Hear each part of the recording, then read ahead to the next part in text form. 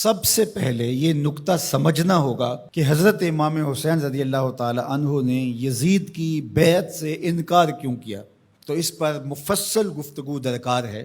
یزید کی کرتوتیں، اس کے اعمال جس کی گواہی آپ تک پہنچی تھی، اور کچھ اعمال کے چشم دید گواہ تھے، اس لیے وہ یزید کو قبول نہیں کر سکتے تھے۔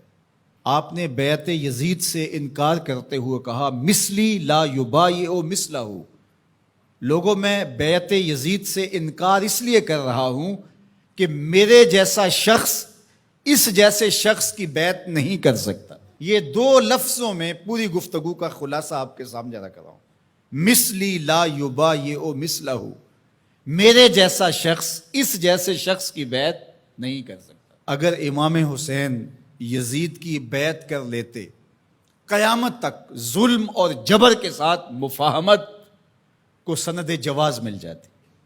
لوگ کہتے جب نواسہ رسول نے یزید کو قبول کر لیا، اس شخص نے یزید کو قبول کر لیا اس کے ظلم، جبر اور زیادتی کے باوجود، جس کو گٹی رسول نے دی تھی، جس کے کان میں اذان اور اقامت رسول نے کہی تھی، جس کو اپنا لعاب حضور منہ میں دیتے رہے، جو حضور کے کندھوں پہ کھیلتا رہا، حضور کے سینے پہ بیٹھتا رہا، حضور کی آغوش میں کھیلتا رہا، حضور علیہ الصلوۃ والسلام نے جس کی تربیت کی اور جس کو دنیا پر اپنے دو پھولوں میں سے ایک پھول قرار دیا، خون پیمبر، نواسہ رسول، جس کو حضور ابنی کہا، و ابن و بنتی، میرا بھی بیٹا ہے، میری بیٹی کا بھی بیٹا ہے، جس کو اپنا بیٹا قرار دیا، جب فرزند رسول ظلم سے مفاہمت کر لیتا ہے، جبر سے مفاہمت کر لیتا ہے، تو پھر مجھے بتاؤ کہ قیامت تک کوئی ظلم اور جبر کے خلاف کھڑا ہو پاتا؟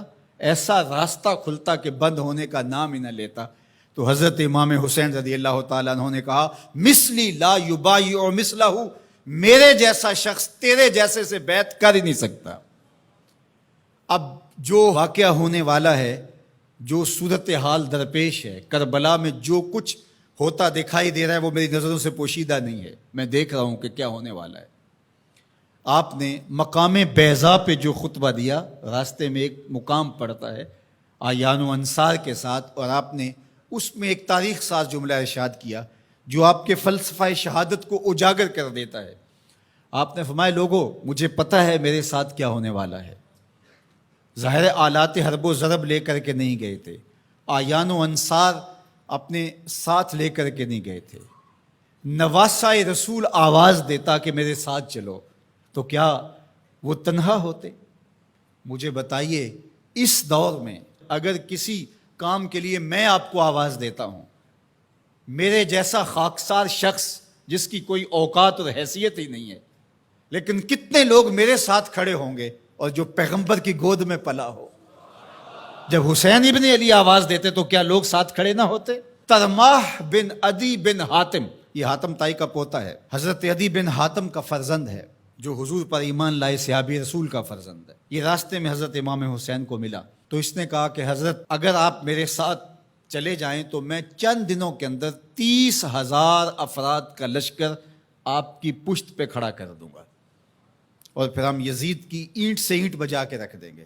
لیکن ترماح بن عدی کی پیشکش کو حضرت امام حسین نے قبول نہیں کیا، کہا بس مجھے جانے دو۔ تو کہا کہ لوگوں، میرے ساتھ جو ہونے جا رہا ہے، جو میری آنکھیں دیکھ رہی ہیں، مجھے اچھی طرح معلوم ہے، ہونے والے مناظر میری آنکھوں کے سامنے گھوم رہے ہیں، کوئی چیز میری نظروں سے پوشیدہ نہیں ہے، لیکن اس کے باوجود بھی میں کیوں جا رہا ہوں؟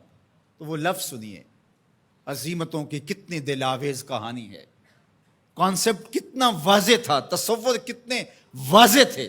وَلَكُمْ فِيهَا أُسْوَةٌ، میں اس لیے جا رہا ہوں قیامت تک جبر، ظلم، جور اور زیادتی کے خلاف کھڑے ہونے والوں کے لیے کوئی نمونہ تو ہو۔ وَلَكُمْ فِيهَا أُسْوَةٌ، میری زندگی آنے والوں کے لیے نمونہ بن جائے کہ مفاہمت جبر سے نہیں کی جاتی، ظلم سے صلح نہیں کی جاتی، ظلم کا مقابلہ کیا جاتا ہے، چاہے کچھ بچے یا نہ بچے۔ لوگ سر بچانے کے لیے ہاتھ دے دیتے ہیں، امام نے ہاتھ بچانے کے لیے سر دے دیا، کہا یزید کے ہاتھ میں یہ ہاتھ نہیں آئے گا۔